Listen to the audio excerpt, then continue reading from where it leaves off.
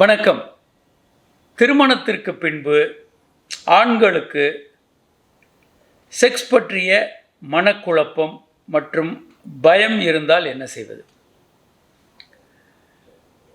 அதாவது திருமணத்திற்கு பின்பு உடனடியாக பிரச்சனை வரும். முதல் நாள் தாம்பத்திய உறவில் ஈடுபட முயற்சி பண்ணுவாங்க. ஃபெயிலியர் ஆன உடனே ஒரு பயம் வந்துடும். அன்கன்சுமேட்டட் மேரேஜஸ். ஒரு 5% பெண்களுக்கு பெண்ணுறுப்பு ரொம்ப இறுக்கமாக இருக்கும். தாம்பத்திய உறவு பண்ண முடியாது. ஆண்கள் பயந்துருவாங்க. இந்த மாதிரி பிரச்சனை இருக்குன்னு அவங்களுக்கு தெரியாது. தங்கள் மேலே தான் பிரச்சனைன்னு நினச்சி பயந்துருவாங்க. இது சண்டை ஆகி டைவர்ஸ் வரைக்கும் போயிடும் சில நேரத்தில். இது ஒரு காரணம். சரி, 10 வருஷம் செக்ஸ் பண்ணிவிட்டு அப்புறம் ஒரு நாள் அவங்க தாம்பத்திய உறவில் ஈடுபடும்போது செக்ஸ் பண்ண முடியலைன்னா அப்பயும் ஆண்கள் சில பேர் பதட்டமாகிடுவாங்க. ஒய்ஃப் பக்கத்தில் போகிறதுக்கே பயமாக கூட இருக்கும். இதில் ஒய்ஃப் கோவப்படுறாங்க, திட்டுறாங்கன்னு வச்சுக்கோங்க. நீ எல்லாம் எதுக்கும் உபயோகம் இல்லை அப்படின்ற மாதிரி வார்த்தைகளை பெண்கள் சொல்லிடுவாங்க. அது வேணும்னு சொல்கிறதில்ல.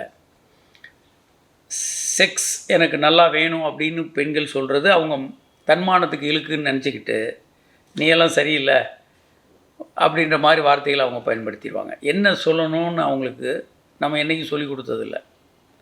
ஒரு செக்ஸ் போன்ற பிரச்சனைகளை நாசுக்காக சொல்கிறதுக்கு பதிலாக நெகட்டிவாக சொல்லி விட்டுருவாங்க. அப்போ ஆண்கள் அதிலிருந்து பயப்பட ஆரம்பிச்சிடுவாங்க.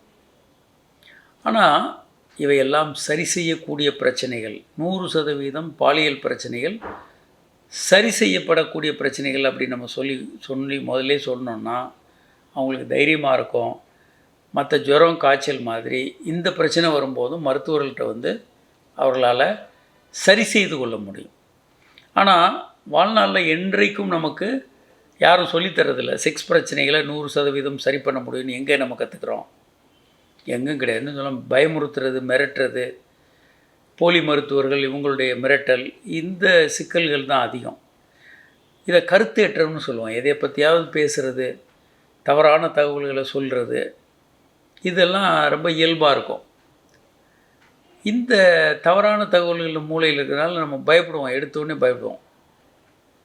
பயம் வேண்டியதில்லை. மற்ற நோய்கள் மாதிரி ஜுரம், தலைவலி மாதிரி இது ஒரு பிரச்சனை. இதை அந்த தகுந்த மருத்துவர்கள்ட்ட போனால் இதை முற்றிலும் சரி செய்து கொடுத்துருவார்கள். அப்படி ஒரு தெரிஞ்சாலே நம்ம பயப்பட மாட்டோம். கான்ஃபிடெண்ட்டாக இருப்போம். அன்கன்சுமேட்டட் மேரேஜ். திருமணமான புதியதில் 100க்கு 4 பேருக்கு செக்ஸ் பண்ண முடியாது. அதை சரி பண்ணுவான். திருமணமான பிறகு எந்த சூழ்நிலையிலையும் திரும்ப ஆண்மை குறை வரலாம். அதையும் முற்றிலும் சரி செய்ய முடியும். வணக்கம்.